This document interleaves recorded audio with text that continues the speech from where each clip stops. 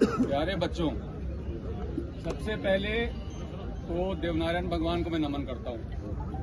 ठीक है, गिरिराज महाराज की, ठीक है। और इससे पहले आपके आने के पहले सारे लोग आगे के ट्रैक से सबको ले आए साहब, जिम्मेदारी से ले आए।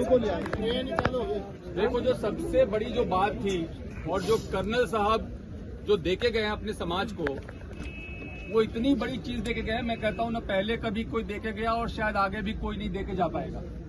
मानते हो इस बात को? एक तरीके से समाज के लिए भगवान के बराबर का दर्जा है उनका, जिस तरह से संघर्ष किया और जो देके चले गए।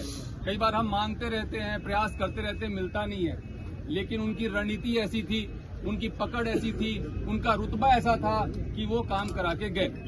ठीक है, इसीलिए हम सभी आज उनको बहुत सम्मान देते हैं। जब कर्नल साहब यहाँ पे आंदोलन करते थे 14, 15, 16 में यहाँ पे एसपी रहा हूँ, कई बार उनसे मिला हूँ, कई बार उनसे बात हुई है, तो इसलिए मैं उनको व्यक्तिगत तौर पे जानता हूँ। अब जहाँ बात बच्चों की थी, जो हमारे 372 वाले बच्चों की मांग उठाई, कहाँ गया बच्चा वो, ये है, और बाकी और साथी लोग हैं।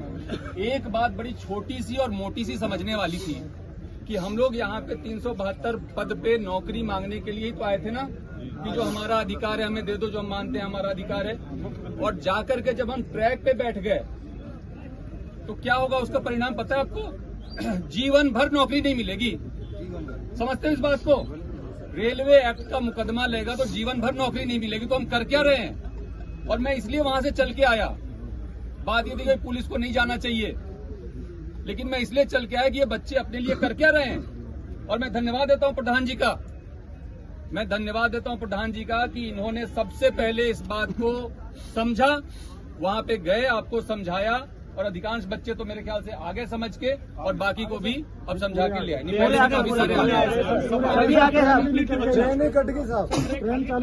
बहुत बढ़िया। तो आप लोग इस बात को समझो कि एक तो प्रशासन, सरकार और समाज अलग अलग नहीं है। ठीक है, जो कोई हमारी मांगे होती हैं, जैसे कह रहे हैं हम 7 साल या 17 साल से आप मांग कर रहे हो, 7 साल से मांग कर रहे हो, पूरी नहीं हो रही है, तो उसमें क्या दिक्कत है? आपका पॉइंट ऑफ व्यू क्या है, सामने वाले का पॉइंट ऑफ व्यू क्या है? इसको क्लियर करने के लिए आज जो एक घोषणा हुई, जो मैंने सुना कि एक मंत्रिमंडलीय कमेटी का गठन हुआ है, जो कि स्थायी कमेटी है, वो एक बार के लिए नहीं बना है।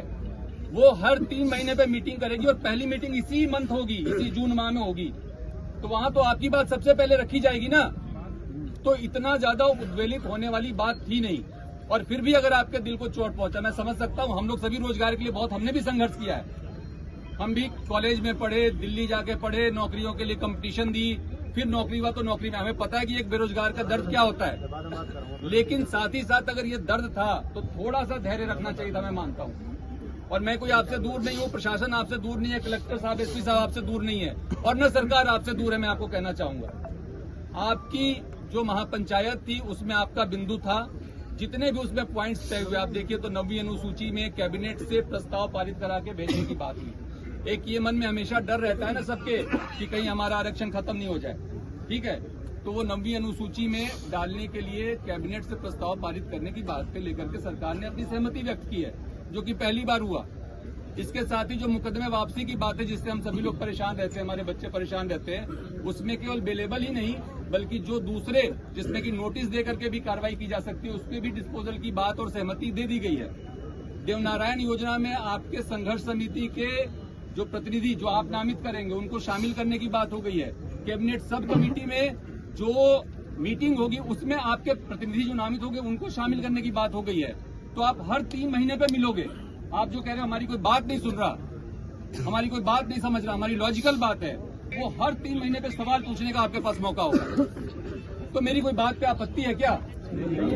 और इस देश में गांधी के देश में अगर गांधीवादी तरीकों को छोड़ करके हम दूसरे तरीके पे जाएंगे और बिना सोचे समझे जाएंगे तो अपना भविष्य अंधकार में डाल रहे हैं। तो मेरे को बच्चों इतनी बात कहनी थी। आप सभी बहुत समझदार हैं, पढ़े लिखे हैं, मैं आपका बड़े भाई जैसा हूं। अगर आप बड़े भाई की राय को मानते हैं, अभी आप लोग जो भी यहाँ बैठ के अपना तय करेंगे नीति रणनीति, उसके बारे में मुझे कुछ नहीं कहना, लेकिन मैं कहूंगा कि जो भी निर्णय लिया करो उसमें अपना भला तो पहले सोच लिया करो, जिससे कि आपका बहुत भारी नुकसान नहीं हो जाए। तो इतनी सी बात करनी थी। सबको बहुत बहुत धन्यवाद।